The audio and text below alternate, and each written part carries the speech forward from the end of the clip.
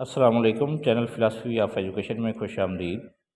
इसका जो previous lecture था उसमें हमने फ़िलासफ़ी को डिस्कस किया था और एजुकेशनल फ़िलासफ़ी को उसकी कुछ डेफिनेशन डिस्कस की थी। तो आज की वीडियो में हम जो है मुख्तसरन तौर पर जो फ़िलासफ़ी की ब्रांचेज़ हैं, ऑन्टोलॉजी, एपिस्टेमोलॉजी और एक्सियोलॉजी, और उसके साथ जो स्टाइल्स हैं फ़िलासफ़ी के, वो डिस्कस करेंगे। तो सबसे पहले हम जो ब्रांचेज़ है फ़िलासफ़ी की वो तीन हैं: ऑन्टोलॉजी,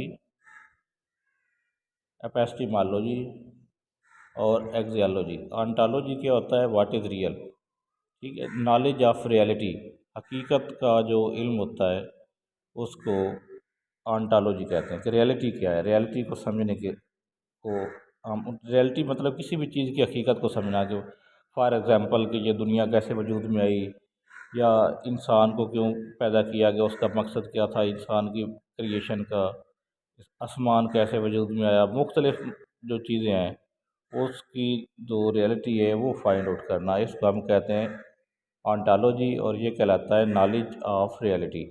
उसके बाद जो एपिस्टेमोलॉजी है, it discuss the nature, scope and applicability of knowledge, कि नॉलेज का स्कोप और नेचर क्या है। असल में ये एपिस्टेमोलॉजी जो है इसका सारा फोकस जो है वो नॉलेज पर है, कि नॉलेज हम कैसे गेन करते हैं, ठीक है, कौन सा नॉलेज जो है वो यूज़फुल है। तो हम कह सकते हैं कि जो ऑन्टोलॉजी है reality of knowledge, sorry, ontology है नॉलेज ऑफ रियलिटी, हकीकत के बारे में जो इल्म है उसको हम कहते हैं ऑन्टोलॉजी। और एपिस्टेमोलॉजी है रियलिटी ऑफ नॉलेज, के नॉलेज की हकीकत, उसको हम कहेंगे एपिस्टेमोलॉजी। और थर्ड इसमें जो ब्रांच है वो है एक्सियोलॉजी, नेचर ऑफ वैल्यूज़, ठीक है। वैल्यूज़ की आगे जो है दो, इसकी दो ब्रांचेज हैं, एथिक्स और एस्थेटिक्स। एथिक्स को हम कहते हैं अखलाकियात, और एस्थेटिक को कहा जाता है जमालियात,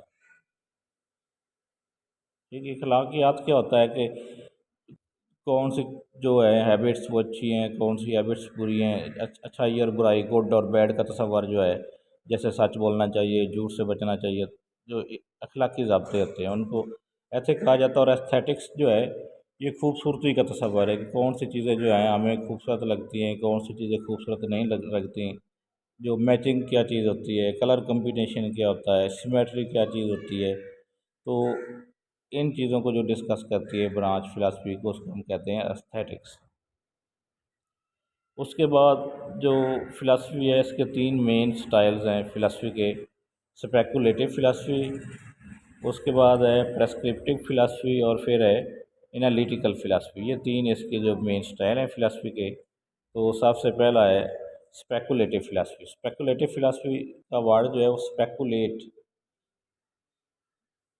से निकला है। It deal with the development of theories regarding purpose of creation of man, purpose of evaluation of society, thinking about various aspects of human personality. तो स्पेकुलेटिव फिलासफी का मतलब होता है नई थ्योरीज जो है वो डेवलप करना। वो थ्योरीज जो है वो इनमें से किसी भी हवाले से हो सकती हैं, ठीक है, कि क्रिएशन ऑफ मैन का purpose of creation of man, purpose of evolution of society, thinking about various aspects of human personality. Human personality के हवाले से कोई थ्योरी क्रिएट करना, कायनात के वजूद में आने के हवाले से, ठीक है, या सोसाइटी में इवेलुएशन के हवाले से कोई जो है कोई भी नई थ्योरी जब आप क्रिएट करते हैं, नई थ्योरी बनाते हैं, नया नज़रिया को देते हैं, तो उसको हम कहते हैं स्पेकुलेटिव फिलासफी।